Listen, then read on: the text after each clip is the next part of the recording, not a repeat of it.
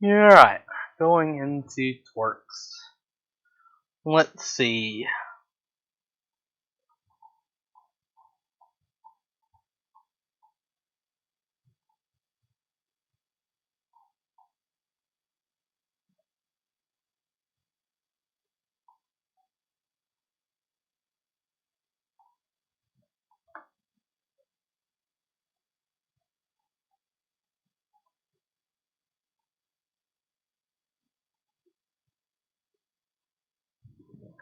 So, for most part, we're going to assume the lever. Again, the lever is like if we have a door, we call the entire arm of the door or the entire thing the lever. That's just the proper name of it. We assume that this has no mass unless stated otherwise, or that the mass is negligible. But let's see. We have a bench. Are you an ag? So let's say that we have this. What do you call the seesaw stand or something? It looks like this. It's a triangle, and then another triangle right here. What do you call that? It has a proper name because you can put boards on it. You can take two of them, you can line it up, and then you can put a long board on it. Right? That's what I'm trying to draw here. Let's say that you're putting a large deal of wood. Let's say that this wood has so plank has a mass of, what's a good size for it? 20 kilograms.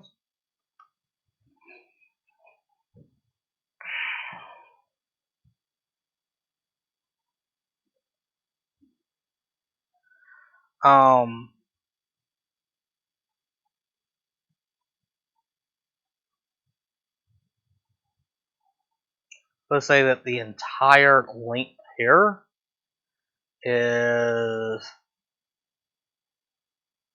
let's make it 3 meters.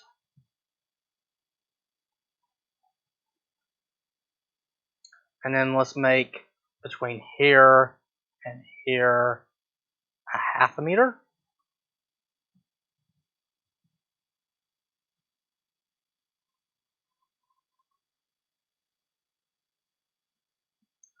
My question is, what is the heaviest object you can place here that would cause this to start rotating up? So we have some force here. What is the heaviest? So what is the heaviest object we can place at the very end without it rotating?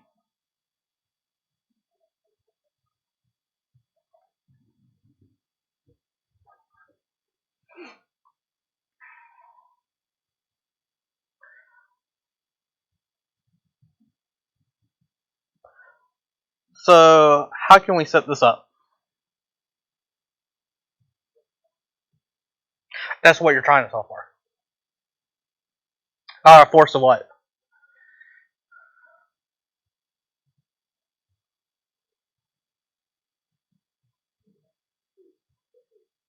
Yeah, so we're trying to find the heaviest force that will prevent this from rotating.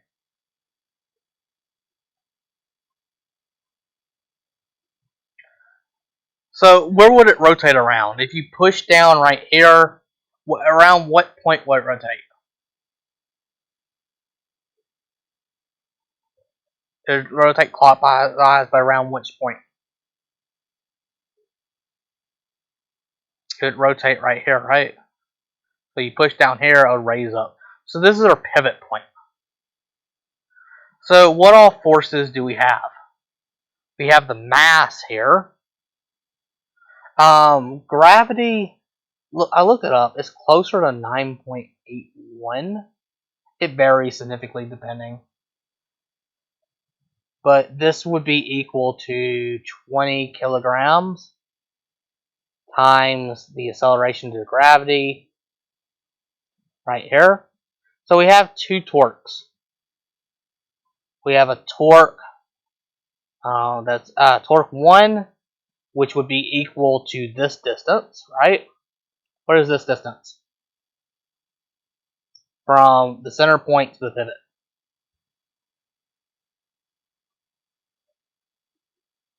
What is the distance from here to here?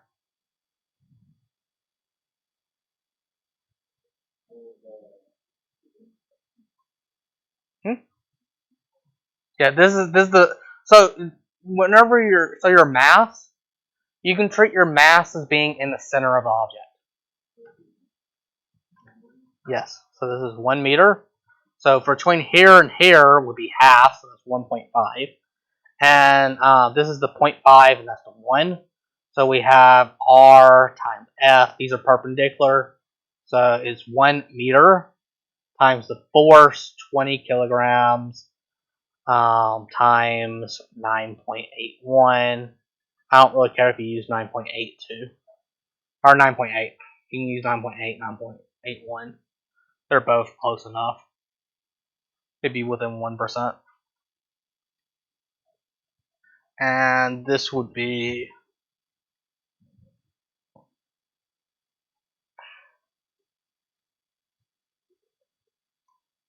196.2 Newton meters, and this would cause it to rotate counterclockwise.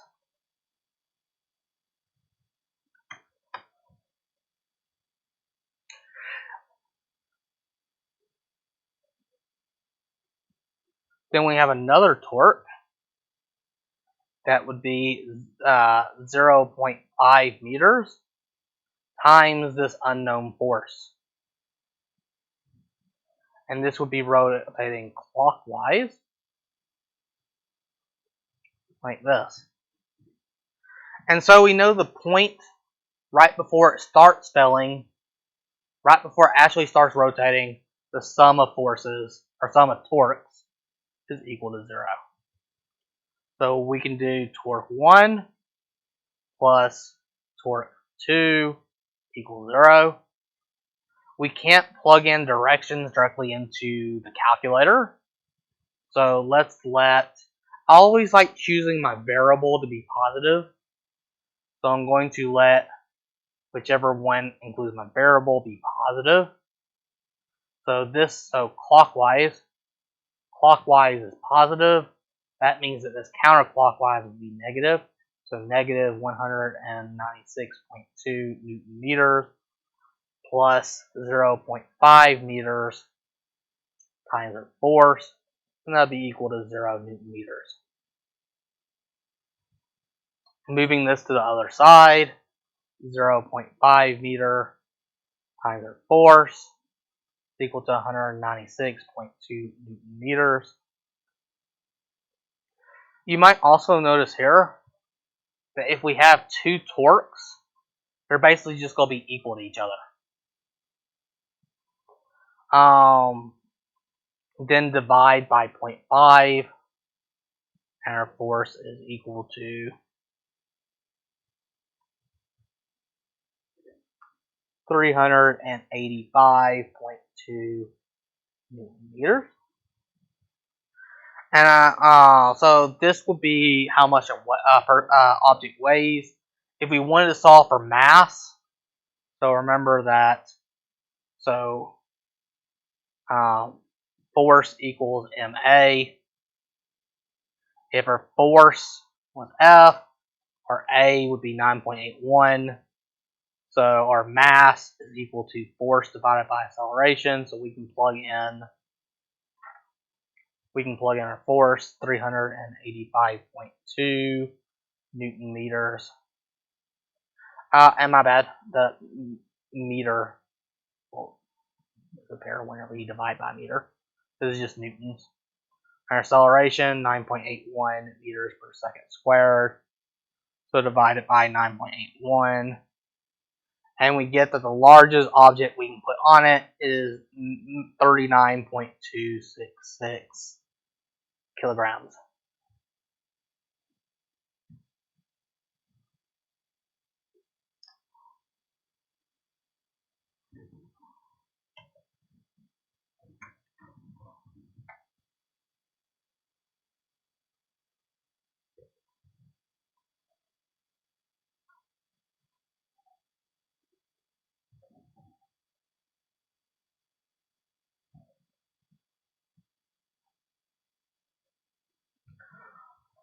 Here's a question.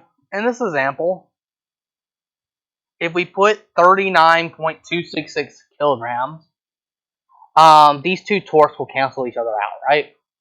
What would be the force of this board now pushing down here? How much would this wood plank or board be pushing down on this whenever these two cancel each other out?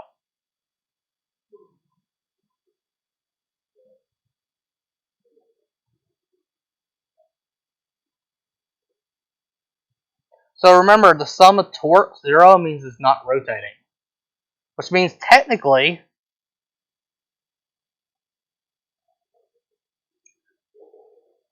if we had a situation like this, where we have the board pushing down, another board pushing down, it's not rotating either. So now how much force is it pushing down on this? None. So right here would still be 0 force, because we're perfectly balancing it out. If you start to ease off, they'll start pushing down on it.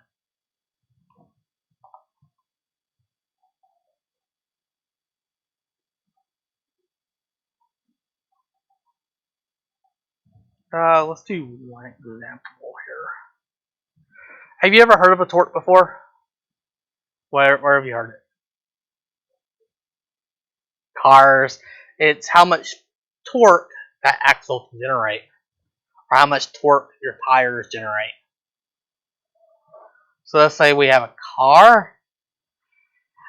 It can generate 500 Newton meters of torque. If you don't know how cars move, what happens is while this tire is rotating this way, so when the car is rotating this way, when the tire is rotating this way, which way will the car move? Forward. The reason why is this tire is coming around and hitting the ground. So the tire is adding a force this direction. Newton's law, third law, every action has an equal and opposite reaction. The ground is going to push this way, thus pushing the entire car forward.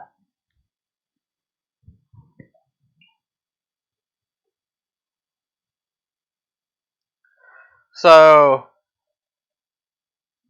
in order to figure out how much force is actually the car is exerting on the ground, so it's doing it at this point right here.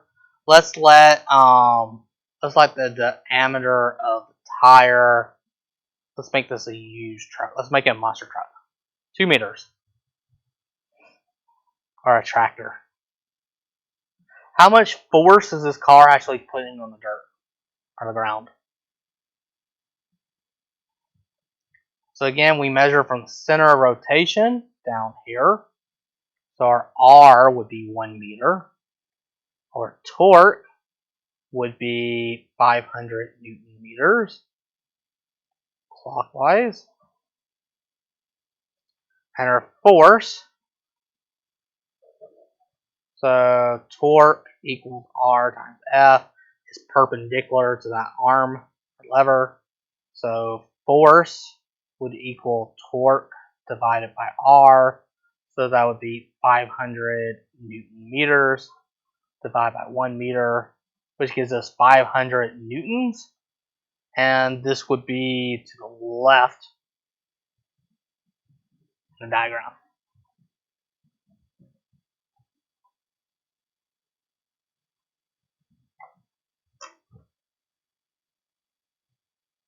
So the torques make sense.